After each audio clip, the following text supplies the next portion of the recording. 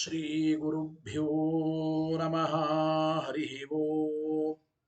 ಶ್ರಿಯಪ್ಪತ್ತೇ ನಿತ್ಯ ಗಣಿತ ಗುಣಮಾಣಿಕ್ಯ ವಿಶದ ಪ್ರಭಾಜಾಲೋಲ್ಲಾಸೋಪಹತ ಸಕಲಾವದ್ಯತಮಸೆ ಜಗಜ್ಜನ್ಮಸ್ಥೇಮ ಪ್ರಲಯ ರಚನಾಶೀಲವಪುಷೇ ನಮೋ ಶೇಷಾಂನಾಯ ಸ್ಮೃತಿಹೃದಯದೀಪ್ತಾಯ ಹರಯೇ येन प्रादुरभावि भूमिवलये व्यस्तारिगो सन्ततिः प्राबोधिश्रुतिपङ्कजं करुणया प्राकाशीतत्वं परं ध्वन्तं ध्वंसमनायि साधुनिकरश्चाकारि सन्मार्गगः तेन व्यासदिवाकरेण सततं मात्याजि मे मानसम् व्याप्तिर्यस्य निजे निजे नमः सा पक्षे सपक्षे स्थितिः व्यावृत्तिश्च विपक्षतोत विषये सक्तिर्न वै बाधिते नैवास्ति प्रतिपक्षयुक्तिरतुलं शुद्धं प्रमाणं समे भूयात्तत्त्वविनिर्णयाय भगवानानन्दतीर्थो मुनिः भवति यदनुभावादेडमूकोऽपि वाग्मी जडमतिरपि जन्तुर्जायते प्राज्ञमौलिः सकलवचनचेतो देवता भारती सा मम वचसि निधत्तां सन्निधिं मानसे च रमानिवासोचितवासभूमि सन्न्याय रत्नावलि जन्मभूमि वैराग्यभाग्यो मम पद्मनाभतीर्थामृताब्धिर्भवताद्विभूत्यै पदवाक्यप्रमाणज्ञान् प्रतिवादिमदच्छिदः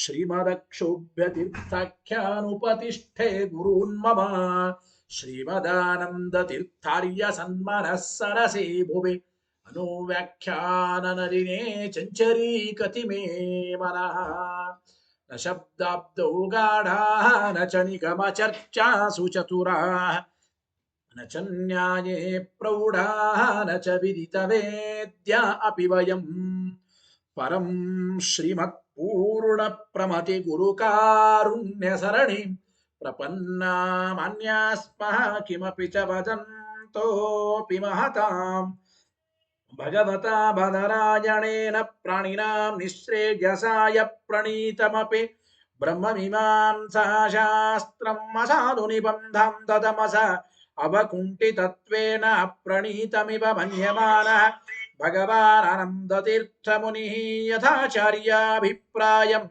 अस्य भाष्यं विधाय अनुभाष्यमपि करिष्यन् विलीनप्रकृतितया स्वयमन्तराय विदुरोऽपि अनवरतमीश्वर प्रवणकाय करणरुत्तिरपि नारायण प्रणामादिकं पारीप्सितस्यानन्तराय परिसमाप्तेः प्रचयस्य च हेतुतया अवगीतशिष्टाचार परम्परादिना अवगतम् अवश्यं करणीयं शिष्यान् ग्राहयितुं ग्रन्थादौ निबध्नाति नारायणमिति नारायणं निखिलपूर्णगुणैकदेहं निर्दोषमाप्यतममप्यखिलैः सुवाक्यैः अस्योद्भवादिदमशेषविशेषतोऽपि वन्द्यं सदा प्रियतमं मम सन्नमामि तमेव शास्त्रप्रभवं प्रणम्य जगद्गुरूणां गुरुभञ्जसैव विशेषतो मे परमाख्यविद्या व्याख्यां करोम्यन्वपि चाहमेव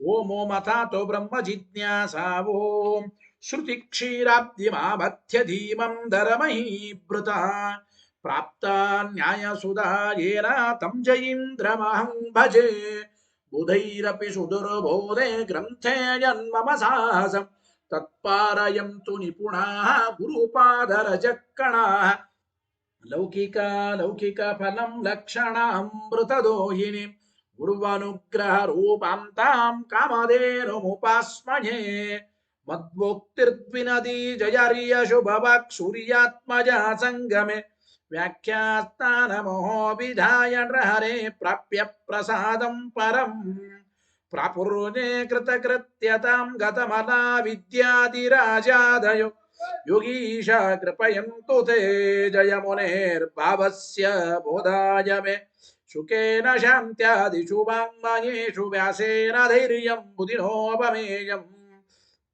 मनोजजित्या मनसां निपत्य रघुत्तमाख्यं स्वगुरुं नमामि न दग्धं यस्य कौपीनम् अग्नौ दत्तमपि स्फुटं वेदौ व्यासगुरुं नौमि श्रीवेदेश नमस्कृतं सत्यनाथ गुरुः पातु योधीरो नवचन्द्रिकां नवामृतगदातीर्थ ताण्डवानि व्यचीकृपथ आरूढः सहसा यतीन्द्रपदवीं गत्वा च वाराणसीं तत्रत्यान् कुमतप्रचारनिरतानद्वैतदिग्धं तिनः प्रौढार्थे वचने सुयुक्तिखचितैः सम्भीषयन्मोदयन् सत्यध्यानसुखे सरी विजयते पादासितश्रीपतेः प्रावोचद्योतिकं न्यायसुधावाक्यार्थचन्द्रिकाम् सत्य प्रज्ञ गुरुर्दद्यात् प्रज्ञां वैदान्तिकीं सदा बन्धुस्त्वं गुरुरिष्टदैवतमिति त्वत्पादपङ्केरुह प्राप्तं मां परिपालयेति सततं याचे निबद्धाञ्जलिः चित्तं मद्गुणदोषचिन्तनविदौ ऋणं मना कृताः सत्याभिज्ञगुरोस्त्वदङ्घ्रियुगलम् हित्वा रमे सद्गतिः सत्याभिज्ञकराब्जोत्थं पञ्चाशद्वर्षपूजकान् सत्यप्रमोदतीर्थार्यान् नवमि न्यायसुधारतान् वेदेशमुनिसत्पाद सेवा सम्प्राप्त वैभवान् यादवार्यान् वरसुधाटिकाकारान् वयं नुमः पृथ्वीमण्डलमध्यस्थाः पूर्णबोधमतानुगाः वैष्णव विष्णुहृदयाः तान्नमस्ते गुरून्मम आपादमौलिपर्यन्तं गुरूणामाकृतिं स्मरेत् तेन विघ्नाः प्रणश्यन्ति सिद्ध्यन्ति च मनोरथाः शुभान् ध्यायन्ति ये कामान् गुरुदेवः प्रसादजान् इतरानात्मपापोत्थान् तेषां विद्या फलिष्यति यैरहं शुकवत् सम्यक् शिक्षितोऽस्मि कृपालुभिः श्रीमत्सत्यात्मतीर्थार्यान् वन्दे विद्या गुरून् मम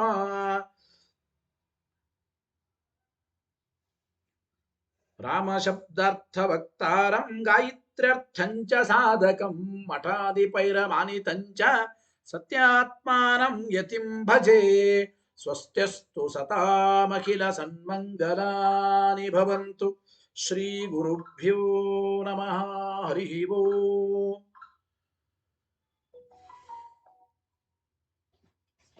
ನಾವು ಶಬ್ದ ಮತ್ತು ಪದಾರ್ಥಗಳಿಗೆ ಸ್ವಾಭಾವಿಕ ಸಂಬಂಧ ಎಂಬುದು ಇರಬೇಕು.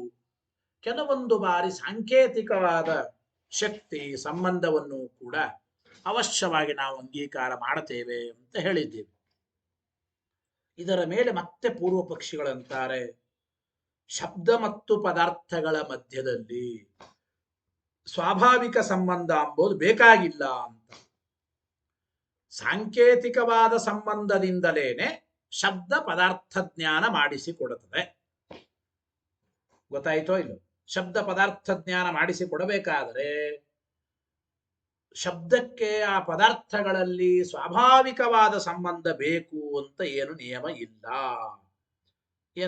ಇಲ್ಲ ಎಂಬ ಮಾತನ್ನ ಹೇಳ್ತಾ ಇದ್ದಾರೆ. ಅದು ಹೇಗೆ ನೋಡಿ, ಪೂರ್ವ ಪಕ್ಷಿಗಳು ಸಮರ್ಥನೆ ಮಾಡ್ತಾರೆ. ನನು ಯೇ ಸ್ವಾಭಾವಿಕ ಸಂಬಂಧಂ ಆಸ್ತಿಶತೆ ಶಬ್ದಾರ್ಥಯೋಃ ತೇಷಾಮಪಿ ನ ಯೇಷ ಸತ್ತಾ ಮಾತ್ರೇಣ ಅವಗಮಾಂಗಂ. ಅವರಂತ ಇದ್ದಾರೆ ಪೂರ್ವ ಪಕ್ಷಿಗಳು, ಶಬ್ದ ಮತ್ತು ಪದಾರ್ಥಗಳ ಮಧ್ಯದಲ್ಲಿ ಸ್ವಾಭಾವಿಕ ಸಂಬಂಧವನ್ನು ಒಪ್ಪುವ ವ್ಯಕ್ತಿಗಳು ಕೂಡ ಅವರ ಪ್ರಕಾರನೂ ಕೂಡ ಸ್ವಾಭಾವಿಕ ಸಂಬಂಧ ಎಂಬುದು ಇದ್ದ ಮಾತ್ರಕ್ಕೆ ಅದು ಅರ್ಥದ ಜ್ಞಾನಕ್ಕೆ ಕಾರಣವಾಗುವುದಿಲ್ಲ. ಅಂದ್ರೆ ಶಬ್ದಕ್ಕೂ ಪದಾರ್ಥಕ್ಕೂ ಒಂದು ಸ್ವಾಭಾವಿಕವಾದ ಸಂಬಂಧ ಇದ್ದೇ ಇದೆ. ಆ ಸ್ವಾಭಾವಿಕ ಸಂಬಂಧ ಇದ್ದ ಮಾತ್ರಕ್ಕೆ ಶಬ್ದಕ್ಕೆ ಒಂದು ಪದಾರ್ಥದಲ್ಲಿ ಸ್ವಾಭಾವಿಕವಾದ ಸಂಬಂಧ ಇದ್ದ ಮಾತ್ರಕ್ಕೆ ಆ ಪದಾರ್ಥ ಜ್ಞಾನ ಆಗಲ್ಲ. ಅಪಿತು ವಿಜ್ಞಾತ ಸನ್, ಆ ಶಬ್ದ ಮತ್ತು ಆ ಪದಾರ್ಥಕ್ಕೆ ಇರುವ ಸ್ವಾಭಾವಿಕ ಸಂಬಂಧ ಜ್ಞಾತವಾಗಿರಬೇಕು, ತಿಳಿದಿರಬೇಕು. ಇಂತಹ ಶಬ್ದಕ್ಕೆ ಇಂತಹ ಪದಾರ್ಥದಲ್ಲಿ ಸ್ವಾಭಾವಿಕವಾದ ಸಂಬಂಧ, ಸ್ವಾಭಾವಿಕವಾದ ಶಕ್ತಿ ಇದೆ ಅಂತ ತಿಳಿದರೆ ಮಾತ್ರ ಶಬ್ದ ಮತ್ತು ಪದಾರ್ಥಗಳ ಮಧ್ಯದಲ್ಲಿರುವ ಆ ಸ್ವಾಭಾವಿಕ ಸಂಬಂಧ ನಮಗೆ ಜ್ಞಾತವಾದರೆ ಮಾತ್ರ ಆ ಪದಾರ್ಥ ಜ್ಞಾನ ಆಗುತ್ತದೆ ಶಬ್ದದಿಂದ ಅಂತ ಅವರಂತ ಇದ್ದಾರೆ. ನೋಡಿ, ಸ್ವಾಭಾವಿಕಂ ಸಂಬಂಧಂ ಆಸ್ತಿಶತಃ, ಸ್ವಾಭಾವಿಕ ಸಂಬಂಧವನ್ನ ಯಾರು ಒಪ್ತಾರೆ ಅವರೂ ಕೂಡ ತೇಷಾಮಪಿ ಅವರಿಗೂ ಕೂಡ ಶಬ್ದಾರ್ಥಯೋ ಸ್ವಾಭಾವಿಕ ಸಂಬಂಧಂ ಯೇ ಆಸ್ತಿಶತೆ ತೇಷಾಮಪಿ ಅವರಿಗೂ ಕೂಡ ನ ಏಷಃ ಸತ್ತಾ ಮಾತ್ರೇಣ ಅವಗಮಾಂಗಂ ಅಂದ್ರೇನು? ಶಬ್ದಕ್ಕೆ ಆ ಪದಾರ್ಥದಲ್ಲಿ ಸ್ವಾಭಾವಿಕವಾದ ಶಕ್ತಿ ಇದ್ದ ಮಾತ್ರಕ್ಕೆ ನ ಅವಗಮಾಂಗಂ ಅಂದ್ರೆ ಆ ಶಬ್ದ ಪದಾರ್ಥ ಜ್ಞಾನಕ್ಕೆ ಕಾರಣ ಆಗೋದಿಲ್ಲ. ಅಪಿತೋ ವಿಜ್ಞಾತ ಸನ್ನ, ಜ್ಞಾತವಾಗೇನೆ ಆ ಒಂದು ಶಬ್ದ ಪದಾರ್ಥ ಜ್ಞಾನಕ್ಕೆ ಕಾರಣವಾಗುತ್ತದೆ. ಈಗ ನೋಡಿ, ವಿಜ್ಞಾನೇಚ ಅಸ್ಯ ಅಯಮರ್ಥಸ್ಯ ವಾಚಕಃ ಇತಿವ ಅಥವಾ ಅಸ್ಮಾದಯಂ ಬೋದ್ಧವ್ಯಃ ಇತಿವ ಸಂಕೇತಃ ಏವ ಉಪಾಯಃ. ಅಂದರೆ ಶಬ್ದಕ್ಕೆ ಆ ಪದಾರ್ಥದಲ್ಲಿ ಸ್ವಾಭಾವಿಕ ಸಂಬಂಧ ಇರೋದು ನಾವು ತಿಳಿದರೇನೆ ಅರ್ಥಜ್ಞಾನ ಆಗುತ್ತದೆ ಅಂತ ಹೇಳಿದ್ರು. ಯಾಕೆ ಅಂದ್ರೆ ಈ ತಿಳಿಯೋದು ಹೇಗೆ ಅಂತ ಪ್ರಶ್ನೆ. ಅರ್ಥಜ್ಞಾನ ಅಂದ್ರೆ ಈ ಪದಾರ್ಥದಲ್ಲಿ ಈ ಶಬ್ದಕ್ಕೆ ಸ್ವಾಭಾವಿಕ ಸಂಬಂಧ ಇದೆ ಅಂತ ಈ ಸಂಬಂಧದ ಜ್ಞಾನ ಆಗೋದು ಹೇಗಪ್ಪ ಅಂತಂದ್ರೆ, ಆ ಸಂಬಂಧದ ಜ್ಞಾನ ಆಗೋದಕ್ಕೆ ಉಪಾಯ ಅಂದ್ರೆ ಮತ್ತೆ ಸಂಕೇತವೇ. ಈ ಶಬ್ದವು ಈ ಅರ್ಥಕ್ಕೆ ವಾಚಕವಾಗಲಿ, ಅಸ್ಯ ಅಯಂ ಅರ್ಥಸ್ಯ ವಾಚಕಃ. ಅಸ್ಯ ಅಂದ್ರೆ ಈ ಶಬ್ದವು, ಅಂದ್ರೆ ಅಸ್ಯ ಅರ್ಥಸ್ಯ ಹಂಗ್ ಮಾಡಿ, ಈ ಪದಾರ್ಥಕ್ಕೆ ಅಯಂ ಶಬ್ದ ವಾಚಕಃ ಅಂದ್ರೆ ಈ ಪದಾರ್ಥವನ್ನ ಈ ಪದಾರ್ಥವು ಹೇಳಿಕೊಡಲಿ ಎಂಬ ಸಂಕೇತ. ಅಥವಾ ಇನ್ನೊಂದು ಸಂಕೇತ ಏನು? ಅಸ್ಮಾತ್ ಅಂದ್ರೆ ಈ ಶಬ್ದದಿಂದ ಅಯಂ ಪದಾರ್ಥ ಬೋದ್ಧವ್ಯ, ಈ ಶಬ್ದದಿಂದ ಈ ಪದಾರ್ಥ ತಿಳಿದುಕೊಳ್ಳಬೇಕು. ಅಂದ್ರೆ ಈ ಅರ್ಥವು ಈ ಶಬ್ದದಿಂದ ಬೋಧ್ಯವಾಗಲಿ. ಮೊದಲನೇದ್ದೇನು ಅಂತಂದ್ರೆ ಈ ಶಬ್ದವು ಈ ಪದಾರ್ಥಕ್ಕೆ ವಾಚಕವಾಗಲಿ ಎಂಬೋ ಸಂಕೇತ ಮೊದಲನೇದ್ದು. ಗೊತ್ತಾಯಿತೋ ಇದು? ಅಂದ್ರೆ ಅಯಂ ಅಂದ್ರೆ ಶಬ್ದ, ಅಯಂ ಈ ಶಬ್ದವು ಅಸ್ಯ ಅರ್ಥಸ್ಯ ವಾಚಕಃ, ಈ ಪದಾರ್ಥಕ್ಕೆ ವಾಚಕವಾಗಲಿ ಅಂತಾದರೂ ಸಂಕೇತ ಮಾಡಬೇಕು. ಅಥವಾ ಎರಡನೇದ್ದು ಅಸ್ಮಾದ್ ಅಯಂ ಬೋದ್ಧವ್ಯ, ಅಸ್ಮಾತ್ ಅಂದ್ರೆ ಈ ಶಬ್ದದಿಂದ ಅಯಂ ಈ ಪದಾರ್ಥವು ಬೋದ್ಧವ್ಯ ಬೋಧ್ಯವಾಗಲಿ, ತಿಳಿಯಲ್ಪಡಲಿ. ಅಂದ್ರೆ ನೋಡಿ, ಶಬ್ದ ಮತ್ತು ಪದಾರ್ಥಗಳ ಮಧ್ಯದಲ್ಲಿರುವ ಸಂಬಂಧ ಜ್ಞಾನ ಆಗಬೇಕಾದ್ರೆ ಅದು ಸಂಕೇತದಿಂದಲೇ ಆಗುತ್ತೆ. ಒಂದು ಗುರುತು, ಒಂದು ಸಂಕೇತ ಮಾಡೋದ್ರಿಂದಲೇ ಆಗುತ್ತದೆ.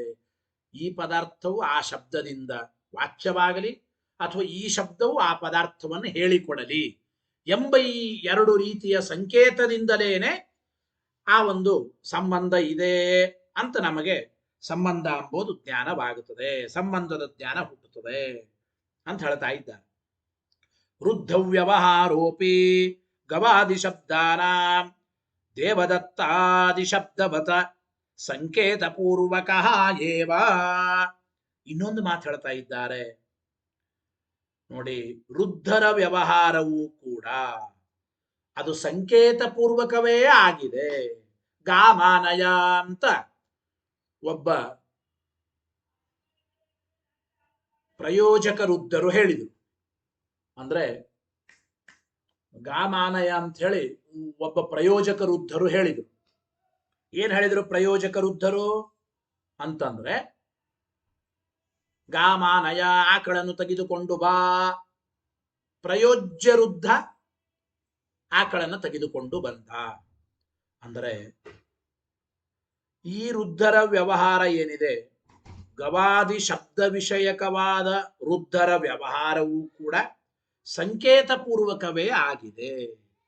ಹೇಗೆ ಅಂದ್ರೆ ದೇವದತ್ತಾದಿ ಶಬ್ದವತ ಅಂತೂ ದೃಷ್ಟಾಂತ ಕೊಟ್ಟರು. ಅಂದ್ರೆ ತಂದೆ ಮಗನಿಗೆ ದೇವದತ್ತ ಯಜ್ಞದತ್ತ ಯಾವುದೋ ಒಂದು ಹೆಸರಿಟ್ಟಿರ್ತಾನೆ. ಆ ಹೆಸರಿನ ಪೂರ್ಣ ಅರ್ಥ ಆ ವ್ಯಕ್ತಿಯಲ್ಲಿ ಇರಬೇಕು ಅಂತ ಏನಿಲ್ಲ. ಮಗು ಹುಟ್ಟಿದ ಮೇಲೆ ಮಗುವಿಗೆ ಕರೆಯೋದಕ್ಕಾಗಿ ಒಂದು ಸಂಕೇತ ಮಾಡಿದ. ಗೊತ್ತಾಯ್ತೋ ಇದು? ಹೇ ದೇವದತ್ತ, ಹೇ ಯಜ್ಞದತ್ತ, ಒಂದು ಹೆಸರಿನಿಂದ ಮಗುವನ್ನ ಕರೆಯಬೇಕು ಅಂತ ನಾವು ಹೇಳ್ತೇವೆ. ಇಲ್ಲಿ ಸಂಕೇತ ಅಷ್ಟೇನೆ. ಭೀಮಸೇನರಾಯರು ಯಾವುದೋ ಒಂದು ನಿಮಿತ್ತದಿಂದ ಭೀಮಸೇನ ಅಂತ ಹೆಸರಿಟ್ಟಿರ್ತಾರೆ. ಆದರೆ ಭೀಮಸೇನ ಅಂದ್ರೆ ಮಹಾಸಾಹಸಿ, ಯಾವುದಕ್ಕೂ ಹೆದರದೇ ಇದ್ದವನು ಎಂಬ ನಿಜವಾದ ಅರ್ಥ. ಸರ್ವಜ್ಞರಾದವರು, ಎಲ್ಲ ಜ್ಞಾನಗಳನ್ನು ಧಾರಣೆ ಮಾಡಿದವರು ಅಂತ. ಆದರೆ ಇಲ್ಲಿ ಬಂದ್ರೇನೆ ಹೆದರುತ್ತಾರೆ. ಕ್ಷೀರಸಾಗರ ಭಟ್ಟ ಅಂತ ಹೆಸರು, ಸಂಕೇತ ಮಾತ್ರ ಅಷ್ಟೇ, ಮಜ್ಜಿಗೆಗೂ ಗತಿ ಇಲ್ಲ ಅಂತವನಿಗೆ ಕ್ಷೀರಸಾಗರ ಭಟ್ಟ ಅಂತ. ಹೀಗೆಲ್ಲ ಆಗಿರುತ್ತದೆ. ಅದನ್ನು ದೇವದತ್ತಾದಿ ಶಬ್ದವತ ಅಂದ್ರೆ ದೇವದತ್ತ, ಯಜ್ಞದತ್ತ, ಕ್ಷೀರಸಾಗರ ಭಟ್ಟ, ಭೀಮಸೇನ, ರಾಮಚಂದ್ರನಂತಹ ಗುಣಗಳಿಲ್ಲದೆ ಇರಬಹುದು. ಮಗನಿಗೆ ರಾಮಚಂದ್ರ ಅಂತ ಹೆಸರು ಇಟ್ಟಿದ್ದಾರೆ, ಸಂಕೇತ ಮಾಡಿದ್ದಾರೆ ಅಷ್ಟೇ. ಹೇಗೋ ಹಾಗೆ ತಂದೆಗಳು ಮಕ್ಕಳಿಗೆ ಒಂದೊಂದು ಹೆಸರಿನಿಂದ ಹೇಗೆ ಸಂಕೇತ ಮಾಡಿದ್ದಾರೋ ಹಾಗೆ ಗಾಮಾನಯ, ಅಶ್ವಮಾನಯ, ಘಟಮಾನಯ ಅಂತ ಗವಾದಿ ವಿಷಯಕವಾದ ಏನೇನು ವೃದ್ಧರ ವ್ಯವಹಾರಗಳು ಉಂಟೋ ಈ ಎಲ್ಲ ವೃದ್ಧರ ವ್ಯವಹಾರಗಳು ಕೂಡ ಸಂಕೇತ ಪೂರ್ವಕನೇ ಆಗಿವೆ ಎಂಬ ಮಾತನ್ನು ಹೇಳ್ತಾ ಇದ್ದಾರೆ. ಸಂಕೇತ ಪೂರ್ವಕನೇ ಆಗಿವೆ. ಕೃತಮತ್ರ ಸ್ವಾಭಾವಿಕೇನ ಸಂಬಂಧೇನ.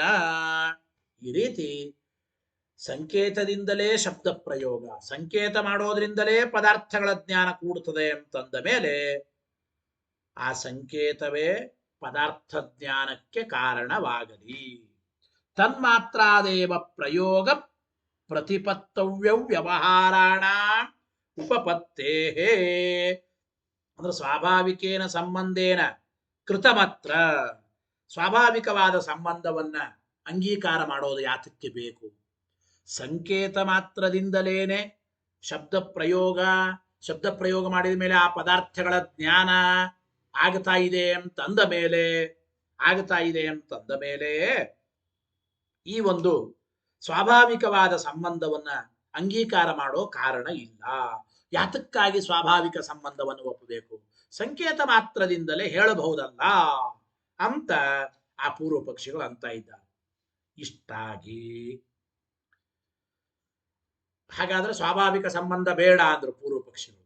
ಆ ಪೂರ್ವ ಪಕ್ಷಿಗಳಿಗೆ ಅವಾಂತರವಾದ ಶಂಕೆ, ಅಂದ್ರೆ ಅವರೇ ಅವಾಂತರ ಶಂಕೆ ಮಾಡಿಕೊಂಡು ಪೂರ್ವ ಪಕ್ಷಿಗಳೇ ಸ್ವಾಭಾವಿಕ ಸಂಬಂಧ ಬೇಕಾಗುತ್ತದಲ್ಲ ಅಂತ ಶಂಕೆ ಮಾಡಿಕೊಂಡು ಮತ್ತೆ ಸರ್ವಥಾ ಸ್ವಾಭಾವಿಕ ಸಂಬಂಧ ಬೇಕಾಗೋದಿಲ್ಲ ಅಂತ ಮತ್ತೆ ಮುಂದಿನ ವಾಕ್ಯಗಳಿಂದ ಅವರು ತಿಳಿಸಿಕೊಡ್ತಾ ಇದ್ದಾರೆ. ಏನು ನೋಡಿ. ನನು ಅಯಂ ಸಂಕೇತ ಏವ ಕೇಶಾಂಚಿತ್ ಶಬ್ದಾನಾಂ ಅಸತಿ ಸ್ವಾಭಾವಿಕ ಅರ್ಥ ಸಂಬಂಧೇ ನ ಶಕ್ಯ ಕರ್ತುಂ. ನೋಡಿ, ಕೆಲವು ಶಬ್ದಗಳಿಗಾದರೂ ಒಂದು ಪೂರ್ವ ಪಕ್ಷಿಗಳಿಗೆ ಪ್ರಶ್ನೆ, ಸ್ವಾಭಾವಿಕವಾದ ಸಂಬಂಧ ಇಲ್ಲದೆ ಹೋದರೆ ಸಂಕೇತ ಮಾಡಲಿಕ್ಕೆ ಬರೋದಿಲ್ಲ ಅಂತ ಪೂರ್ವ ಪಕ್ಷಿಗಳಿಗೆ ಅವಾಂತರವಾದ ಶಂಕೆ. ಗೊತ್ತಾಯ್ತು? ಸ್ವಾಭಾವಿಕ ಸಂಬಂಧವನ್ನ ಹೇಳದೆ ಹೋದ್ರೆ ಶಬ್ದಕ್ಕೆ ಪದಾರ್ಥದಲ್ಲಿ ಒಂದು ಸ್ವಾಭಾವಿಕವಾದ ಶಕ್ತಿ ಇದೆ ಅಂತ ಒಪ್ಪದೆ ಹೋದರೆ ಅದು ಸಂಕೇತ ಮಾಡಲಿಕ್ಕೆ ಬರಲ್ರಿ, ಸಂಕೇತ ಮಾಡಲಿಕ್ಕೆ ಬರಲ್ಲ. ಯಾಕೆ? ನಿರ್ದಿಶ್ಯಹಿ ಅರ್ಥಂ ಬ್ರೂಯಾತ್ ಅಯಮಸ್ಮಾತ್ ಬೋದ್ಧವ್ಯ ಇತಿ. ನೋಡಿ, ಸೃಷ್ಟಿಯ ಆದಿಯಲ್ಲಿ ಒಂದು ಪದಾರ್ಥವನ್ನ ನಿರ್ದೇಶ ಮಾಡಿ, ಅಂದ್ರೆ ಸೃಷ್ಟಿಯ ಆದಿಯಲ್ಲಿ, ಸೃಷ್ಟಿಯ ಆರಂಭಕ್ಕೆ ಒಂದು ಪದಾರ್ಥವನ್ನು ತೋರಿಸಿ ನಿರ್ದೇಶ ಮಾಡಿ, ಈ ಅರ್ಥವು ಈ ಶಬ್ದದಿಂದ ವಾಚ್ಯ ಎಂಬುದಾಗಿ ಆ ಸಂಕೇತ ಜ್ಞಾಪಕವಾದ ಶಬ್ದ ಪ್ರಯೋಗವನ್ನ ಮಾಡಬೇಕು.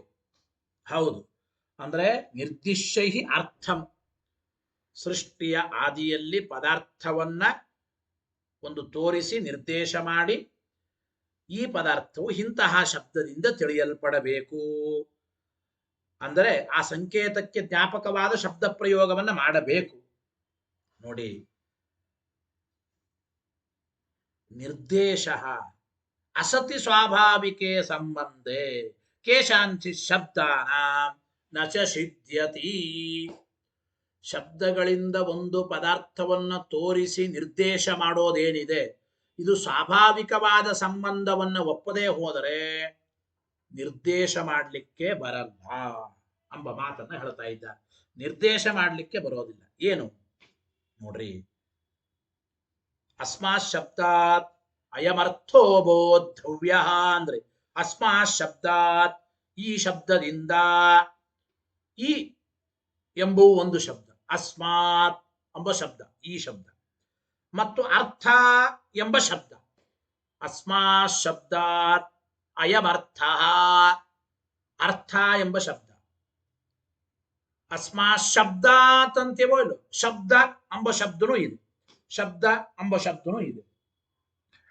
ಅಂದ್ರೆ ಈ ಎಂಬ ಶಬ್ದ, ಅರ್ಥ ಎಂಬ ಶಬ್ದ, ಶಬ್ದ ಎಂಬ ಶಬ್ದ, ಇವೇ ಮೊದಲಾದ ಶಬ್ದಗಳಿಗೆ ಮೊದಲು ಸ್ವಾಭಾವಿಕವಾದ ಒಂದು ಸಂಬಂಧ ಇಲ್ಲದೆ ಹೋದರೆ ಈ ಶಬ್ದ ಈ ಅರ್ಥ ಅಂಥೇಳಿ ಸಂಕೇತ ಮಾಡಲಿಕ್ಕೆ ಬರಲ್ಲ.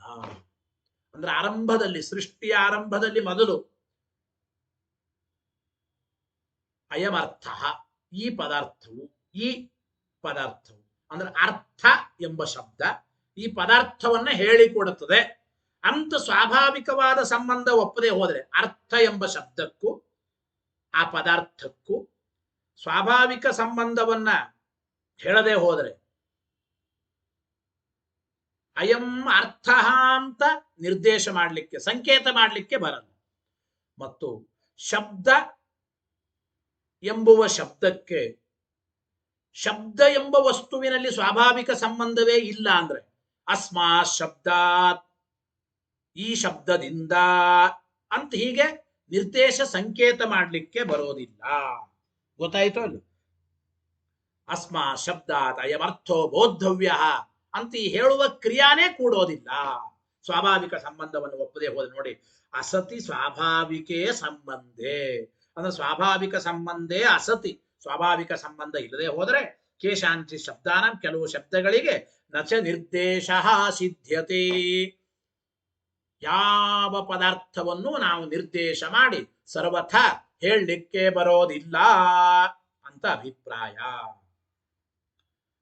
ಗೊತ್ತಾಯ್ತು ಇಲ್ಲ?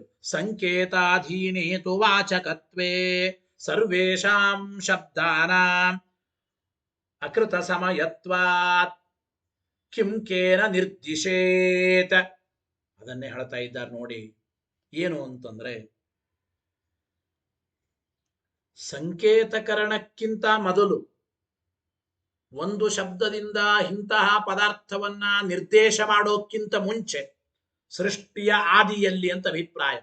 ಅಂದರೆ ಈ ಒಂದು ಪದಾರ್ಥ ಇಂತಹ ಶಬ್ದದಿಂದ ಹೇಳಲ್ಪಡುತ್ತದೆ ಅಂತ ಸಂಕೇತ ಮಾಡೋದಕ್ಕಿಂತ ಮುಂಚೆ ಯಾವ ಶಬ್ದಕ್ಕೂ ಸಂಕೇತವನ್ನ ಮಾಡಿಲ್ಲ. ಹೌದೋ ಇಲ್ಲ? ಸೃಷ್ಟಿಯ ಆದಿಯಲ್ಲಿ ಈಗ ಒಂದು ಆರಂಭದ ಕಾಲದಲ್ಲಿ ಈ ಶಬ್ದ ಇಂಥ ಪದಾರ್ಥವನ್ನು ಹೇಳಿಕೊಡ್ತಾನೆ ಸಂಕೇತ ಮಾಡಬೇಕೋ ಇಲ್ವೋ? ಆದರೆ ಸೃಷ್ಟಿಯ ಆದಿಯಲ್ಲಿ ಸಂಕೇತ ಮಾಡೋಕ್ಕಿಂತ ಮುಂಚೆ ಯಾವ ಪದಾರ್ಥವನ್ನು ಯಾವ ಶಬ್ದದಿಂದಲೂ ನಾವು ಸಂಕೇತ ಮಾಡೇ ಇಲ್ಲ. ಆದ್ದರಿಂದ ಯಾವ ಶಬ್ದದಿಂದ ಯಾವ ಪದಾರ್ಥವನ್ನು ನಿರ್ದೇಶ ಮಾಡಲಿಕ್ಕೆ ಆಗುತ್ತದೆ, ಯಾವ ಶಬ್ದದಿಂದ ಯಾವ ಪದಾರ್ಥವನ್ನು ನಾವು ನಿರ್ದೇಶ ಮಾಡಬೇಕು. ಆದ್ದರಿಂದ ಯಾವುದೇ ಶಬ್ದದಿಂದ ಯಾವುದೇ ಪದಾರ್ಥವನ್ನು ನಿರ್ದೇಶ ಮಾಡಲಿಕ್ಕೆ ಬರೋದಿಲ್ಲ. ಆದ್ದರಿಂದ ಸೃಷ್ಟಿಯ ಆದಿಯಲ್ಲಿ ಈ ಸಂಕೇತ ಮಾಡೋಕ್ಕಿಂತ ಮುಂಚೆ, ಸಂಕೇತಕರಣದ ಆರಂಭಕ್ಕೂ ಮುಂಚೆ ಕೆಲವು ಶಬ್ದಗಳಿಗೆ ಕೆಲವು ಪದಾರ್ಥಗಳ ಜೊತೆಗೆ ಸ್ವಾಭಾವಿಕ ಸಂಬಂಧ ಇದೆ ಅಂಬೋದನ್ನ ಒಪ್ಪಲೇಬೇಕು ಅಂತ ಪೂರ್ವ ಪಕ್ಷಿಗಳಿಗೆ ಶಂಕೆ. ಗೊತ್ತಾಯಿತು. ಸರ್ವೇಷಾಂ ಶಬ್ದಾನಾಂ ಅಕೃತ ಸಮಯತ್ವಾತ್. ಮೊದಲು ಯಾವುದೇ ವಿಧವಾದ ಒಂದು ನಿಯಮ ಸಂಕೇತ ಯಾವುದು ಮಾಡೇ ಇಲ್ಲ ಅಂದ ಮೇಲೆ ಕೇನ ಕಂ ನಿರ್ದಿಶೇತ್, ಯಾವ ಶಬ್ದದಿಂದ ಯಾವ ಪದಾರ್ಥವನ್ನು ನಿರ್ದೇಶ ಮಾಡಬೇಕು. ತಸ್ಮಾತ್, ಆದ್ರಿಂದ ಸಂಕೇತಕರಣಮೇವ ಸ್ವಾಭಾವಿಕ ಸಂಬಂಧಂ ಪ್ರತಿಪಾದಯತಿ ಶಬ್ದಾನಾಂ. ಆದ್ದರಿಂದ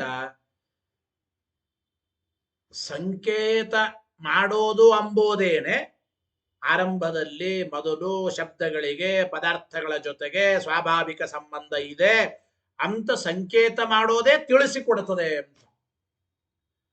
ನಾವು ಮುಂದೆ ಮುಂದೆ ಮುಂದೆ ಒಬ್ಬೊಬ್ಬರು ಒಂದೊಂದು ಶಬ್ದಕ್ಕೆ ಒಂದೊಂದು ಪದಾರ್ಥದಲ್ಲಿ ಸಂಕೇತವನ್ನ ಮಾಡಿ ಇಟ್ಟರು, ಒಂದೊಂದು ಶಬ್ದದಿಂದ ಒಂದೊಂದು ಪದಾರ್ಥವನ್ನು ನಿರ್ದೇಶ ಮಾಡಿದರು. ಇದೆಲ್ಲ ಯಾವಾಗ? ಆಮೇಲೆ ಒಂದೊಂದು ಶಬ್ದಕ್ಕೆ ಒಂದೊಂದು ಪದಾರ್ಥದಲ್ಲಿ ನಿರ್ದೇಶ ಮಾಡಿದ್ದಾರೆ. ಯಾವಾಗ? ಅದು ಸ್ವಾಭಾವಿಕ ಸಂಬಂಧ ಇದ್ರೆ. ಮೊದಲು ಶಬ್ದಗಳಿಗೆ ಕೆಲವು ಪದಾರ್ಥಗಳಲ್ಲಿ, ಅಂದ್ರೆ ಆಯಾ ಶಬ್ದಗಳಿಗೆ ಆಯಾ ಪದಾರ್ಥಗಳಲ್ಲಿ ಸ್ವಾಭಾವಿಕ ಶಕ್ತಿ ಇದ್ದಾಗ ಮಾತ್ರ ಆಮೇಲೆ ಸಂಕೇತಕರಣ ಮಾಡಲಿಕ್ಕೆ ಬರ್ತದೆ. ಸಂಕೇತಕರಣ ಮಾಡಬಹುದು.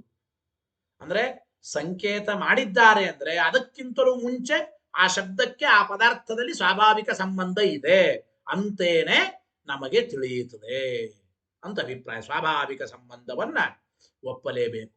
ಈ ಸಂಕೇತ ಮಾಡೋದ್ರಿಂದಲೇನೆ ಶಬ್ದಕ್ಕೂ ಪದಾರ್ಥಕ್ಕೂ ಮೊದಲು ಸ್ವಾಭಾವಿಕವಾದ ಸಂಬಂಧ ಇದೆ ಎಂಬುದು ಗೊತ್ತಾಗುತ್ತದೆ ಎಂಬ ಮಾತನ್ನು ಹೇಳ್ತಾ ಇದ್ದ. ಸಂಕೇತಕರಣವೇ ಸ್ವಾಭಾವಿಕ ಸಂಬಂಧವನ್ನ ಪ್ರತಿಪಾದನೆ ಮಾಡ್ತಾ ಇದೆ ಶಬ್ದಗಳಿಗೂ ಪದಾರ್ಥಗಳಿಗೂ. ಸ್ವಾಭಾವಿಕ ಸಂಬಂಧ ಇಲ್ಲದೇನೆ ಸಂಕೇತ ಮಾಡಲಿಕ್ಕೆ ಬರೋದಿಲ್ಲ ಆರಂಭದಲ್ಲಿ ಅಂತ ನಾವಂದ್ರೆ ಮಾ ಏವಂ, ಹೀಗೆ ಹೇಳಬೇಡಿ ಪೂರ್ವ ಪಕ್ಷಿಗಳು. ಸಂಕೇತಕರಣ ಮಾಡಿದ್ದರಿಂದ ಮೊದಲು ಸ್ವಾಭಾವಿಕವಾದ ಸಂಬಂಧವನ್ನ ಇದೆ ಅಂತ ತಿಳಿಯಲೇಬೇಕು ಅಂತೆಲ್ಲ ಏನಿಲ್ಲ. ಯಾಕೆ? ಸರ್ಗಾದಿ ಭುವಾ ಮಹರ್ಷಿ ದೇವತಾನ ಪರಮೇಶ್ವರ ಅನುಗ್ರಹಾತ್ ಧರ್ಮಜ್ಞಾನ ವೈರಾಗ್ಯ ಐಶ್ವರ್ಯ ಸಂಪನ್ನಾನ ಪರಮೇಶ್ವರಸ್ಯ ತಾವತ್ ಸುಕರಃ ಏವ ಸಂಕೇತಃ ಕರ್ತುಂ.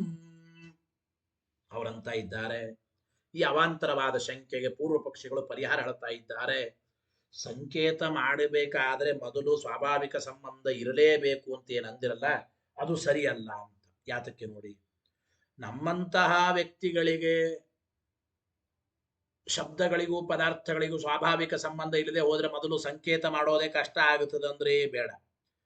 ಅಂದ್ರೆ ನಮ್ಮಂತಹ ವ್ಯಕ್ತಿಗಳಿಗೆ ಸಂಕೇತಕರಣ ಎಂಬುದು ಸಾಧ್ಯವಾಗದೆ ಹೋದರೂ ಸೃಷ್ಟಿಯ ಆದಿಯಲ್ಲಿ ಹುಟ್ಟಿರತಕ್ಕಂತಹ ವಿಶೇಷಣ ಕೊಡ್ತಾರೆ ಋಷಿ ಮುನಿಗಳಿಗೆ, ತಪಸ್ವಿಗಳಿಗೆ. ಸೃಷ್ಟಿಯ ಆದಿಯಲ್ಲಿ ಹುಟ್ಟಿದವರು ಮತ್ತು ಪರಮೇಶ್ವರ ಅನುಗ್ರಹ ಸರ್ಗಾದಿ ಭುವಾಂ ಅಂದ್ರೇನು?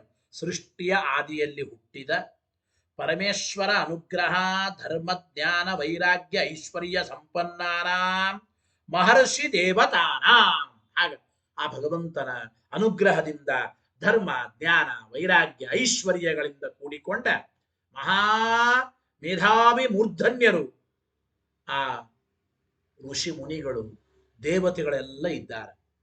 ಗೊತ್ತಾಯಿತೋ ಇಲ್ಲ? ಆದ್ದರಿಂದ ಸೃಷ್ಟಿಯ ಆದಿಯಲ್ಲಿ ಹುಟ್ಟಿದ ಮತ್ತು ಪರಮೇಶ್ವರನ ಅನುಗ್ರಹದಿಂದ ಜ್ಞಾನ ವೈರಾಗ್ಯ ಐಶ್ವರ್ಯಾದಿಗಳನ್ನ ಪಡೆದುಕೊಂಡ, ಅಂದ್ರೆ ಜ್ಞಾನ ವೈರಾಗ್ಯ ಐಶ್ವರ್ಯ ಧರ್ಮ ಇವುಗಳಿಂದ ಸಂಪನ್ನರಾದ ಮಹರ್ಷಿಗಳು ದೇವತೆಗಳು ಇವರನ್ನು ಕುರಿತು ಮೊದಲು ಪರಮಾತ್ಮ ಸಂಕೇತ ಮಾಡಿ ತಿಳಿಸಿದ್ದಾನೆ. ಇಂಥ ಶಬ್ದಕ್ಕೆ ಇಂಥ ಪದಾರ್ಥ ಅಂತ ತಿಳ್ಕೊಳ್ರಿ, ಇದನ್ನು ನಾನು ಗುರುತು ಮಾಡಿದ್ದೇನೆ, ಇಂತಹ ಒಂದು ಸಂಕೇತ ಮಾಡಿದ್ದೇನೆ ಅಂಥೇಳಿ ಭಗವಂತನೇ ಮೊದಲು ಅವಶ್ಯವಾಗಿ ತಿಳಿಸಬಹುದು, ಏನ್ ಸಮಸ್ಯೆ ಇಲ್ಲ ಅಂತ ಅವರಂತ ಇದ್ದ. ನಾವು ಯಾರು ಮೊದಲು ಸಂಕೇತ ಮಾಡ್ಲಿಕ್ಕೆ ಆಗಲ್ರಿ, ಸ್ವಾಭಾವಿಕ ಸಂಬಂಧ ಇಲ್ಲದೆ ಹೊರತು ಅಂದ್ರೆ ಹಾಗೇನಿಲ್ಲ. ಪರಮಾತ್ಮನೇ ಋಷಿ ಮುನಿಗಳಿಗೆ ದೇವತೆಗಳಿಗೆ ಆರಂಭದಲ್ಲಿ ಇಂತಹ ಶಬ್ದಕ್ಕೆ ಇಂತಹ ಪದಾರ್ಥ ಅಂತ ಅರ್ಥ ಅಂತ ಸಂಕೇತ ಮಾಡಿ ತಿಳಿಸ್ಬಿಡ್ತಾನೆ, ಮುಗಿದೋಯ್ತು. ಸ್ವಾಭಾವಿಕ ಸಂಬಂಧ ಯಾಕಿರ್ಬೇಕು? ತದ್ ವ್ಯವಹಾರಾಚ್ಚ ಅಸ್ಮದಾದೀನ ಅಸ್ಮದಾದೀನಾಮಪಿ ಸುಗ್ರಹ ಸಂಕೇತ. ಭಗವಂತ ಋಷಿ ಮುನಿಗಳಿಗೆ ದೇವತೆಗಳನ್ನು ಕುರಿತು ಮೊದಲು ಆ ಪರಮಾತ್ಮನು ಕೂಡ ಸಂಕೇತ ಮಾಡೇನೆ ಪದಾರ್ಥಗಳನ್ನು ತಿಳಿಸಿಕೊಟ್ಟ. ಇಂಥ ಶಬ್ದದಿಂದ ಈ ಶಬ್ದ ನಾನು ಹೀಗೆ ಉಚ್ಚಾರಣೆ ಮಾಡಿದ್ರೆ ಈ ಪದಾರ್ಥ ಅಂತ ತಿಳ್ಕೊಳ್ರೆ ಅಂತ ಶಬ್ದಗಳಿಗೆ ಪರಮಾತ್ಮ ಸಂಕೇತ ಮಾಡಿ ತೋರಿಸಿದ. ಆ ಭಗವಂತನ ಸಂಕೇತಕ್ಕನುಗುಣವಾಗಿ ಋಷಿಮುನಿಗಳು ವ್ಯವಹಾರ ಮಾಡಿದರು ಸಂಕೇತ ಮೂಲಕವಾಗಿ. ಆ ಋಷಿಮುನಿಗಳ ಸಂಕೇತ ಮೂಲಕವಾಗಿ ಮಾಡಿದ ವ್ಯವಹಾರದಿಂದ ನಮಗೂ ಕೂಡ ಇಂತಹ ಶಬ್ದಗಳಿಗೆ ಇಂತಹ ಪದಾರ್ಥ ಅಂತ ತಿಳ್ಕೋಬಹುದು. ಇಲ್ಲಿಯೂ ಕೂಡ ಆ ಋಷಿಮುನಿಗಳ ವ್ಯವಹಾರದಿಂದ ನಮಗೂ ಕೂಡ ಭಗವಂತ ಆ ಋಷಿಮುನಿಗಳಿಗೆ ಹೇಳಿದ ಸಂಕೇತದ ಜ್ಞಾನ ನಮಗಾಗುತ್ತದೆ. ಸುಗ್ರಹ ಸಂಕೇತ. ನಾವು ಕೂಡ ಅವರ ಆ ದೇವತೆಗಳ ವ್ಯವಹಾರದಿಂದ ಆ ಸಂಕೇತವನ್ನು ಸುಲಭವಾಗಿ ನಾವು ಕೂಡ ತಿಳಿಯಬಹುದು. ಅದು ಹೇಗೆ? ಋಷಿಮುನಿಗಳ ವ್ಯವಹಾರದಿಂದ ನಾವು ಕೂಡ ಇಂತಹ ಶಬ್ದಕ್ಕೆ ಇಂತಹ ಪದಾರ್ಥದಲ್ಲಿ ಪರಮಾತ್ಮ ಸಂಕೇತ ಮಾಡಿದ್ದಾನೆ ಅಂತ ನಮಗೆ ಗೊತ್ತಾಗುತ್ತದೆ. ಅದು ಹೇಗೆ ತಿಳಿಯೋದು? ತಥಾಹಿ ನೋಡಿ. ವೃದ್ಧೌ ವ್ಯವಹಾರಾನಂತರಂ ತಚ್ಛ್ರಾವಿಣ ವೃದ್ಧಾಂತರಸ್ಯ ಪ್ರವೃತ್ತಿ ಹರ್ಷ ಶೋಕ ಭಯಾದಿ ಪ್ರತಿಪತ್ತೇ ತದ್ಹೇತುಂ ಪ್ರತ್ಯಯಂ ಅನುಮಿಮಿತೆ ಬಾಲಃ ತಸ್ಯ ಸತ್ಸ್ವಪಿ ಅನ್ಯೇಷ್ವಭೂತಸ್ಯ ವಾಕ್ಯಶ್ರವಣ ಸಮನಂತರಂ ಭವತಃ ವಾಕ್ಯಶ್ರವಣ ಹೇತುತಾ ಅವಗಚ್ಚತಿ. ಕಾರ್ಯತಾವಾದದಲ್ಲಿ ಹೇಳಿದಂತೆ ಮತ್ತೆ ಆ ಋಷಿ ಮುನಿಗಳ ದೇವತೆಗಳ ವೃದ್ಧ ವ್ಯವಹಾರದಿಂದ ನಾವು ಕೂಡ ಇಂಥ ಶಬ್ದಕ್ಕೆ ಇಂಥ ಪದಾರ್ಥದಲ್ಲಿ ಸಂಕೇತ ಮಾಡಿದ್ದಾರೆ ಅಂತ ನಾವು ಕೂಡ ತಿಳಿಯಬಹುದು. ಅದು ಹೇಗೆ ಎಂದು ನೋಡಿ. ಒಬ್ಬ ಪ್ರಯೋಜಕ ವೃದ್ಧರ ಮಾತನ್ನ ಕೇಳಿದ ನಂತರ ಆ ಪ್ರಯೋಜಕ ವೃದ್ಧರ ಮಾತನ್ನ ಕೇಳಿದ ಪ್ರಯೋಜ್ಯ ವೃದ್ಧನಿಗೆ ಬೇರೆ ಬೇರೆ ಸಂದರ್ಭಗಳಲ್ಲಿ ಪ್ರವೃತ್ತಿ. ಅವರ ಮಾತುಗಳನ್ನು ಕೇಳಿದಾಗ ಒಂದೊಂದು ಮಾತು ಕೇಳಿದಾಗ ಒಂದೊಂದು ಕಡೆ ಪ್ರವೃತ್ತಿ ಆಗುತ್ತದೆ. ಕೆಲವು ಮಾತು ಕೇಳಿದಾಗ ಸಂತೋಷ ಆಗುತ್ತದೆ, ಕೆಲವು ಮಾತು ಕೇಳಿದಾಗ ಶೋಕ ಆಗುತ್ತದೆ. ಅಂದ್ರೆ ಗಾಮಾನಯ ಅಂದಾಗ ಗೋ ತರುವ ಕಾರ್ಯದಲ್ಲಿ ಪ್ರವೃತ್ತನಾದ. ಪುತ್ರಸ್ತೆ ಜಾತಃ, ನಿನಗೆ ಗಂಡು ಮಗು ಆಗಿದೆ ಅಂತಂದ್ರೆ ಅವರು ಶಬ್ದ ಪ್ರಯೋಗ ಮಾಡಿದಾಗ ಇವನಿಗೆ ಸಂತೋಷ ಆಯಿತು ಪ್ರಯೋಜ್ಯ ವೃದ್ಧನಿಗೆ. ಪಿತಾತೆ ಮೃತಃ, ನಿನ್ನಪ್ಪ ಸತ್ ಹೋದ ಅಂತ ಅವ್ರು ಹೇಳಿದ್ರು ಒಬ್ರು ದೊಡ್ಡವರು. ಇವನು ಪಾಪ ಅಳ್ಳಿಕ್ ಶುರು ಮಾಡಿದ, ಇವನಿಗೆ ಶೋಕ ಆಯಿತು. ತವ ಸಮೀಪೆ ಸರ್ಪ ಅಸ್ತಿ ಅಂದ್ರು, ನಿನ್ನ ಸಮೀಪದಲ್ಲಿ ಹಾವದನೋ ಪಕ್ಕದಲ್ಲೇ, ಇವನಿಗೆ ಗಾಬರಿ ಆಯಿತು. ಈ ರೀತಿ ಮೊದಲಾದವುಗಳು ಹುಟ್ಟೋದನ್ನ ನೋಡಿ ಪ್ರಯೋಜ್ಯ ವೃದ್ಧರ ಶಬ್ದ ಪ್ರಯೋಗದಿಂದ ಕೆಲವೊಮ್ಮೆ ಇದು ಪ್ರಯೋಜಕ ವೃದ್ಧರ ಶಬ್ದ ಪ್ರಯೋಗದಿಂದ ಕೆಲವೊಮ್ಮೆ ಪ್ರವೃತ್ತಿ, ಕೆಲವೊಮ್ಮೆ ಹರ್ಷ ಆನಂದ, ಕೆಲವೊಮ್ಮೆ ಶೋಕ ದುಃಖಗಳು, ಕೆಲವೊಮ್ಮೆ ಭಯಾದಿಗಳು ಇವೆಲ್ಲವೂ ಹುಟ್ಟುತ್ತಾ ಇವೆ ಬಾಲಕನಿಗೆ. ಗೊತ್ತಾಯಿತೋ ಇಲ್ಲ? ಭಯಾದಿ ಪ್ರತಿಪತ್ತೇ ಇವೆಲ್ಲ ಹುಟ್ಟುತ್ತಾ ಇವೆ. ಹಾಗಾದ್ರೆ ಇದು ಬಾಲಕನಿಗೆ ಕಂಡು ಬಂದಿದೆ. ಹಾಗಾದ್ರೆ ಬಾಲಕನು ಆ ಪ್ರವೃತ್ತಿಯಾದಿಗಳಿಗೆ ಕಾರಣವಾದ ಜ್ಞಾನವನ್ನ ಅನುಮಾನ ಮಾಡ್ತಾ ಇದ್ದಾನೆ. ಈ ರೀತಿ ನನಗೆ ಅವರು ಶಬ್ದ ಪ್ರಯೋಗ ಮಾಡಿದಾಗ ಒಂದು ಕಾರ್ಯದಲ್ಲಿ ಪ್ರವೃತ್ತಿ ಆಗುತ್ತಾ ಇದೆ ಅಂದ್ರೆ ಆ ಪ್ರಯೋಜ್ಯ ವೃದ್ಧರ ಪ್ರವೃತ್ತಿ ಹರ್ಷ ಶೋಕ ಭಯಾದಿಗಳನ್ನು ನೋಡಿ ಹಾಗಾದ್ರೆ ಈ ಪ್ರವೃತ್ತಿಯಾದಿಗಳಿಗೆ ಕಾರಣವೇನು ಅಂತ ಈ ಮಧ್ಯಸ್ಥ ಬಾಲಕ ಅನುಮಾನ ಮಾಡಿಕೊಳ್ಳತಾನೆ. ಹಿಂದೆ ಹೇಳಿದಂತೆ ಕಾರ್ಯತಾವಾದದಲ್ಲಿ ಹೇಳಿದಂತೆ ಏನು ಅಂದ್ರೆ ಈ ಪ್ರಯೋಜ್ಯ ವೃದ್ಧರ ಪ್ರವೃತ್ತಿಯಾದಿಗಳು ಜ್ಞಾನಪೂರ್ವಕವಾಗಿವೆ. ಇಯಂ ಪ್ರವೃತ್ತಿ ಜ್ಞಾನಪೂರ್ವಿಕಾ ಪ್ರವೃತ್ತಿತ್ವಾತ್ ಮತ್ ಪ್ರವೃತ್ತಿವತ. ಈ ರೀತಿ ನನ್ನ ಸ್ತನಪಾನಾದಿ ಪ್ರವೃತ್ತಿಗಳು ಹೇಗೆ ಜ್ಞಾನಪೂರ್ವಕವಾದ ಪ್ರವೃತ್ತಿಯಾಗಿವೆಯೋ ಆ ದೊಡ್ಡವರು ಉಚ್ಚಾರಣೆ ಮಾಡದ ಮೇಲೆ ಪ್ರವೃತ್ತನಾದ ಈ ಪ್ರಯೋಜ್ಯ ವೃದ್ಧನ ಪ್ರವೃತ್ತಿಗಳು ಕೂಡ ಇವನು ನಗುತ್ತಾ ಇದ್ದಾನೆ ಅಂದ್ರೆ ಅವ್ರು ಹೇಳಿದ್ದರಿಂದ ಏನೋ ಒಂದು ಜ್ಞಾನ ಆಗಿದೆ. ಇವನು ಅಳತಾ ಇದ್ದಾನೆ ಅಂದ್ರೆ ಅವರು ಪ್ರಯೋಗ ಮಾಡಿದ ಶಬ್ದದಿಂದ ಇವನಿಗೆ ಒಂದು ಜ್ಞಾನ ಆಗಿದೆ ಅಂತ ಈ ರೀತಿ ಅವನ ಪ್ರವೃತ್ತಿಯಾದಿಗಳು ಅವು ಜ್ಞಾನಪೂರ್ವಕವಾಗಿವೆ ಅಂತ ಅನುಮಾನ ಮಾಡಿಕೊಳ್ತಾನೆ. ಪ್ರವೃತ್ತಿ ತದ್ಹೇತು ಪ್ರತ್ಯಯಂ ಅನುಮಿಮಿತೆ. ಈ ಪ್ರವೃತ್ತಿಯಾದಿಗಳಿಗೆ ಕಾರಣವಾದ ಜ್ಞಾನವನ್ನ, ಅಂದ್ರೆ ಈ ಪ್ರವೃತ್ತಿಯಾದಿಗಳಿಗೆ ಕಾರಣವಾದದ್ದು ಯಾವುದು ಅಂದ್ರೆ ಪ್ರವೃತ್ತಿಯಾದಿ ಜ್ಞಾನಪೂರ್ವಕವಾಗಿದೆ. ಈ ಪ್ರವೃತ್ತಿಗೆ ಕಾರಣ ಜ್ಞಾನ, ಅಂದ್ರೆ ಈ ಪ್ರವೃತ್ತಿಗೆ ಜ್ಞಾನವೇ ಕಾರಣ ಅಂತ ಮಧ್ಯಸ್ಥ ಬಾಲಕ ಅನುಮಾನ ಮಾಡಿಕೊಳ್ಳುತ್ತಾನೆ. ಆಮೇಲೆ ಬಾಲಃ ತಸ್ಯ ಸತ್ಸ್ವಪಿ ಅನ್ಯೇಷ್ವಭೂತಸ್ಯ ವಾಕ್ಯಶ್ರವಣ ಸಮನಂತರಂ ಭವತಃ ವಾಕ್ಯಶ್ರವಣ ಹೇತುತಾಂ ಅವಗಚ್ಚತಿ. ನೋಡಿ, ಅನುಮಾನ ಮಾಡಿಕೊಂಡು ಮತ್ತು ಈ ವಾಕ್ಯ ಇಲ್ಲದೆ ಇದ್ದಾಗ, ಆ ಪ್ರಯೋಜಕರುದ್ದರು ವಾಕ್ಯ ಪ್ರಯೋಗ ಮಾಡದೇ ಇದ್ದಾಗ ಬೇರೆ ಇತರ ಎಲ್ಲ ಸಾಮಗ್ರಿಗಳಿದ್ದರೂ ಕೂಡ ಜ್ಞಾನ ಹುಟ್ಟುತ್ತಾ ಇಲ್ಲ. ತಸ್ಯ ಸತ್ಸ್ವಪಿ ಅನ್ಯೇಷು ಅಭೂತಸ್ಯ ವಾಕ್ಯಶ್ರವಣ ಸಮನಂತರಂ. ಅಂದ್ರೆ ನೋಡಿ, ಬೇರೆ ಎಲ್ಲ ಸಾಮಗ್ರಿಗಳು ಇರಬಹುದು, ಆದರೆ ಪ್ರಯೋಜಕರುದ್ದರು ಇವನಿಗೆ ಏನು ಕೆಲಸ ಹೇಳಿಲ್ಲ, ವಾಕ್ಯ ಪ್ರಯೋಗ ಮಾಡಿಲ್ಲ ಅಂದ್ರೆ ಇವನಿಗೆ ಪ್ರವೃತ್ತಿ ಹುಟ್ಟುತ್ತಾ ಇಲ್ಲ. ಗೊತ್ತಾಯ್ತು ಅಲ್ಲ, ಜ್ಞಾನ ಹುಟ್ಟುತ್ತಾ ಇಲ್ಲ. ವಾಕ್ಯ ಇದ್ದಾಗ ಜ್ಞಾನ ಹುಟ್ಟುತ್ತಾ ಇಲ್ಲ.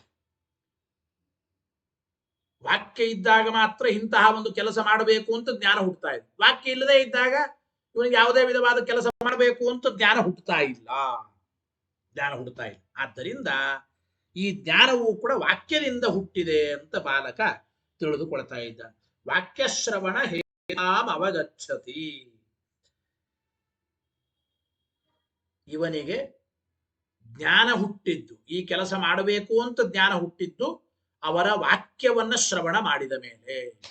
ಅಂದ್ರೆ ಅವರ ವಾಕ್ಯವೇ ಇವನಿಗೆ ಪ್ರವೃತ್ತಿಗೆ ಕಾರಣವಾದ ಜ್ಞಾನ ಹುಟ್ಟೋದಕ್ಕೆ ಕಾರಣ ಅಂತ ಮುಂದೆ ಮತ್ತೆ ಬಾಲಕ ಅಲ್ಲಿ ತಿಳಿಯುತ್ತಾ ಇದ್ದಾನೆ.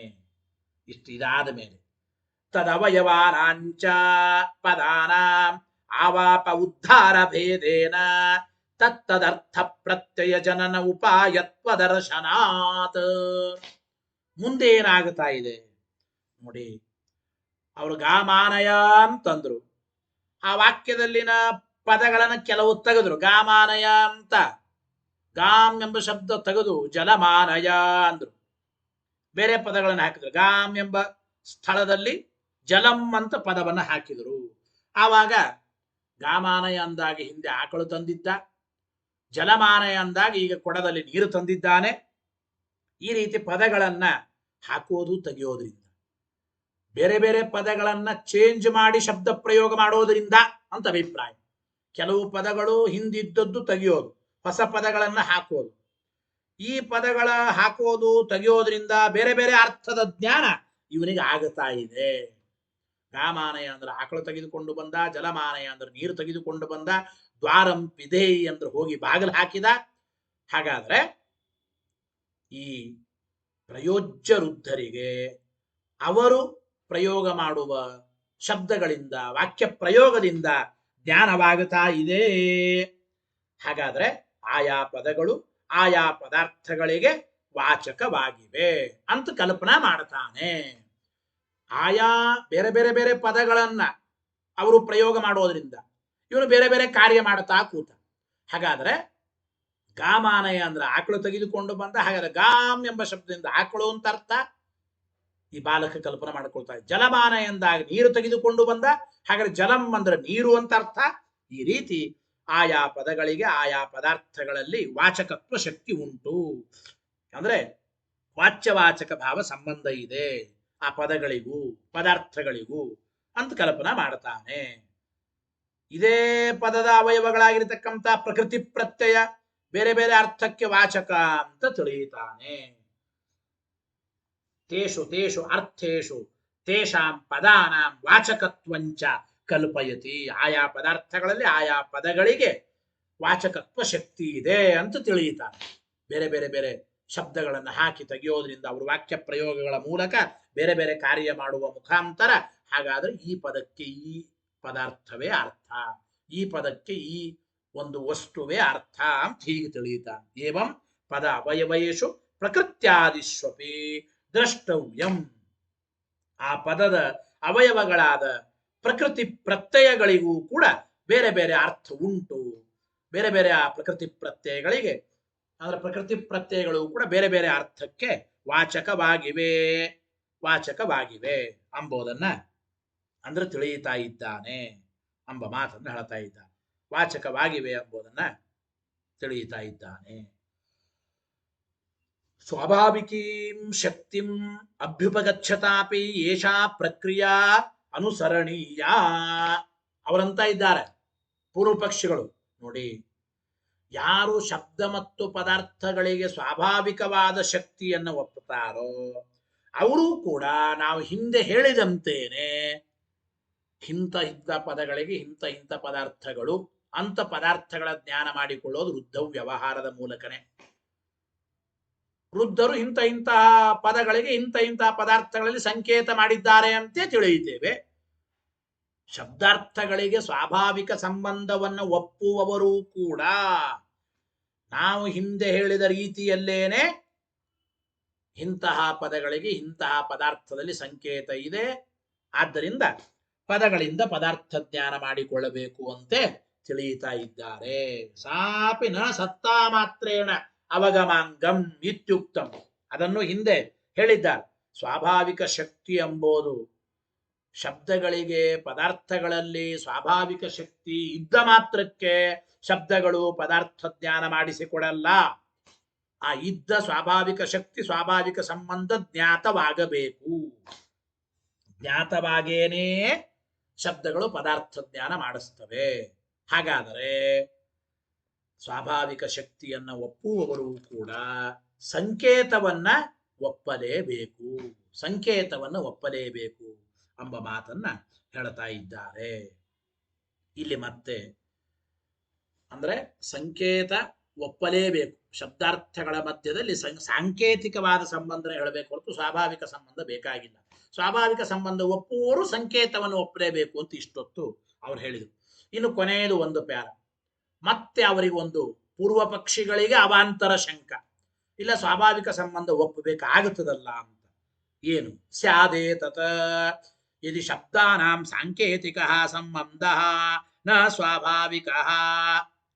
ಹಾಗಾದರೆ ಶಬ್ದಗಳಿಗೆ ಪದಾರ್ಥಗಳ ಜೊತೆಗೆ ಸಾಂಕೇತಿಕವಾದ ಸಂಬಂಧವೇ ಇದೆ, ಸ್ವಾಭಾವಿಕವಾದ ಸಂಬಂಧ ಇಲ್ಲ ಅಂತ ಹೇಳಿಬಿಟ್ರೆ ಹಾಗೆ ಕೃತಂ ತರಿಹಿ ಸಾಧು ಅಸಾಧು ವಿಭಾಗ ಪರೇಣ ವ್ಯಾಕರಣೇನ. ಹಾಗಾದರೆ ಗವಾದಿ ಶಬ್ದಗಳೇ ಸಾಧುಗಳು, ಗಾವ್ಯಾದಿ ಶಬ್ದಗಳು ಅಸಾಧುಗಳು ಎಂಬ, ಅಂದ್ರೆ ಇಂತಹ ಶಬ್ದ ಸಾಧು ಶಬ್ದ, ಇಂತಹ ಶಬ್ದ ಇದು ಅಸಾಧು ಶಬ್ದ ಅಂತ ವಿಂಗಡಿಸಿ ತೋರಿಸಲಿಕ್ಕೆ ಯಾವ ವ್ಯಾಕರಣನೂ ಬೇಕಾಗಿಲ್ಲ. ಹಾಗಾದರೆ ಈಗ ನೋಡಿ, ಗೋ ಎಂಬ ಶಬ್ದಕ್ಕೆ ಶಾಸ್ನಾದಿ ಮತ್ತಾದ ಪದಾರ್ಥದಲ್ಲಿ ಶಕ್ತಿ, ಸ್ವಾಭಾವಿಕವಾದ ಸಂಬಂಧ ನಾವು ಒಪ್ಪಿದ್ದೇವೆ. ಗೋ ಎಂಬ ಶಬ್ದಕ್ಕೂ ಗೋ ಎಂಬ ಪದಾರ್ಥಕ್ಕೂ, ಅಂದ್ರೆ ಗೋ ಎಂಬ ಶಬ್ದಕ್ಕೆ ಸ್ವಾಭಾವಿಕವಾದ ಶಕ್ತಿ ಶಾಸ್ನಾದಿ ಮತ್ತಾದ ಪದಾರ್ಥದಲ್ಲಿ ಗೋವಿನಲ್ಲಿ ಇದೆ. ಅದಕ್ಕೆ ಗೋ ಎಂಬ ಶಬ್ದವೇ ಸಾಧು, ಗವಿ ಅಂದ್ರೆ ಗಾವ್ಯಾದಿ ಶಬ್ದಗಳು ಅಸಾಧು ಅಂತ ವ್ಯಾಕರಣದ ರೀತಿಯ ನಿರ್ಣಯ ಮಾಡುತ್ತೇವೆ. ಆದರೆ ನಿಮ್ಮ ಪ್ರಕಾರ ಸ್ವಾಭಾವಿಕ ಸಂಬಂಧ ಏನು ಬೇಕಾಗಿಲ್ಲ ಶಬ್ದಾರ್ಥಗಳ ಮಧ್ಯದಲ್ಲಿ, ಕೇವಲ ಸಂಕೇತ ಸಾಕು ಅಂತ ಅಂಬೋದಾದ್ರೆ ಗೋ ಮೊದಲಾದ ಶಬ್ದಗಳು ಇವು ಸಾಧು ಶಬ್ದಗಳು, ಗಾವ್ಯಾದಿ ಶಬ್ದಗಳು ಇವು ಸಾಧು ಶಬ್ದಗಳಲ್ಲ, ಅಸಾಧು ಶಬ್ದಗಳು ಅಂತ ಈ ರೀತಿ ಪ್ರತ್ಯೇಕ ಮಾಡಿ ವ್ಯಾಕರಣದಿಂದ ತೋರಿಸೋದೆಲ್ಲ ಬೇಕಾಗೇ ಇಲ್ಲ. ವ್ಯಾಕರಣ ಶಾಸ್ತ್ರವೇ ವ್ಯರ್ಥವಾಗುತ್ತದೆ. ಸ್ವಾಭಾವಿಕಂ ಹಿ ಯಸ್ಯ ವಾಚಕತ್ವಂ ಸ ಶಬ್ದ ಸಾಧು ಅಸಾಧುಶ್ಚ ಇತರಃ. ನಾವು ಹಿಂದೆ ಹೇಳಿದ್ದೇವೋ ಇಲ್ಲೋ ನೋಡಿ, ಸ್ವಾಭಾವಿಕವಾದ ಸಂಬಂಧವನ್ನು ಒಪ್ಪಿದರೆ ಮಾತ್ರ, ಅಂದ್ರೆ ಯಾವ ಶಬ್ದಗಳಿಗೆ ಸ್ವಾಭಾವಿಕವಾದ ಸಂಬಂಧ ಇರುತ್ತದೋ ಅವುಗಳೇ ಸಾಧು ಶಬ್ದಗಳು. ಅಂದ್ರೆ ಯಾವ ಶಬ್ದಗಳಿಗೆ ಯಾವ ಪದಾರ್ಥದಲ್ಲಿ ಒಂದು ಸ್ವಾಭಾವಿಕವಾದ ಸಂಬಂಧ ಸ್ವಾಭಾವಿಕವಾದ ಶಕ್ತಿ ಇರುತ್ತದೆ ಅಂತಹ ಪದಾರ್ಥಗಳನ್ನ ಇಂತಹ ಶಬ್ದಗಳಿಂದ ಪ್ರಯೋಗ ಮಾಡೋದು. ಅಂದ್ರೆ ಯಾವ ಶಬ್ದಗಳಿಗೆ ಸ್ವಾಭಾವಿಕವಾಗಿ ಆಯಾ ಪದಾರ್ಥಗಳನ್ನ ಹೇಳಿಕೊಡುವ ವಾಚಕತ್ವ ಶಕ್ತಿ ಇದೆಯೋ, ಅಂದ್ರೆ ಯಾವ ಶಬ್ದಗಳಿಗೆ ಸ್ವಾಭಾವಿಕವಾಗಿ ವಾಚಕತ್ವ ಎಂಬ ಶಕ್ತಿ ಇದೆಯೋ ಆ ಶಬ್ದಗಳೇ ಸಾಧು ಶಬ್ದಗಳು. ಯಾವ ಶಬ್ದಗಳಿಗೆ ಸ್ವಾಭಾವಿಕವಾಗಿ ವಾಚಕತ್ವ ಶಕ್ತಿ ಇಲ್ಲವೋ ಆ ಶಬ್ದಗಳು ಅಸಾಧು ಶಬ್ದಗಳು ಅಂತ ವ್ಯವಸ್ಥೆಯನ್ನು ತೋರಿಸ್ಲಿಕ್ಕೆ ಬರುತ್ತದೆ. ಸ್ವಾಭಾವಿಕ ಶಕ್ತಿ ಸ್ವಾಭಾವಿಕ ಸಂಬಂಧವನ್ನ ನಾವು ಹೇಳಿದರೆ ಗೊತ್ತಾಯ್ತೋ ಇದು. ಸಾಮಯಿಕತ್ವೇತು ಸರ್ವಂ ಅಂದ್ರೆ ಸಾಮಯಿಕತ್ವೇತು ಅನ್ನು ಕೇವಲ ಶಬ್ದ ಮತ್ತು ಪದಾರ್ಥಗಳ ಮಧ್ಯದಲ್ಲಿ ಸಂಕೇತ ಸಂಬಂಧ ಅಷ್ಟೇ ಸಾಕು ಅಂದ್ರೆ ಸರ್ವೇ ಏವ ಸಾಧವ ಅಸಾಧವೋ ವಾ ಸ್ಯುಹು. ನೋಡಿ, ಸ್ವಾಭಾವಿಕ ಸಂಬಂಧವನ್ನ ನಾವು ಒಪ್ಪದೇ ಹೋದರೆ ಎಲ್ಲ ಶಬ್ದಗಳು ಸಾಧು ಶಬ್ದಗಳು ಅಂತಾದ್ರೂ ಆಗಬೇಕು, ಎಲ್ಲಾ ಶಬ್ದಗಳು ಅಸಾಧು ಶಬ್ದಗಳಂತಾದ್ರೂ ಆಗಬೇಕು. ಗೊತ್ತಾಯ್ತೋ ಇಲ್ಲ? ಅಂದ್ರೆ ಸ್ವಾಭಾವಿಕ ಸಂಬಂಧವುಳ್ಳ ಶಬ್ದಗಳನ್ನ ನಾವು ತೋರಿಸೋದಕ್ಕಾಗಿ ವ್ಯಾಕರಣ ಅವಶ್ಯಕ. ಆದರೆ ಶಬ್ದಗಳು ಪದಾರ್ಥಗಳಲ್ಲಿ ಕೇವಲ ಸಂಕೇತಿತವಾಗಿವೆ ಅಂತ ಒಪ್ಪಿಬಿಟ್ರೆ ಗವಾದಿ ಶಬ್ದಗಳಂತೆ ಎಲ್ಲಾ ಶಬ್ದಗಳು ಸಾಧು ಶಬ್ದಗಳು, ಅಥವಾ ಗಾವ್ಯಾದಿ ಶಬ್ದಗಳಂತೆ ಎಲ್ಲಾ ಶಬ್ದಗಳು ಅಸಾಧು ಶಬ್ದಗಳು.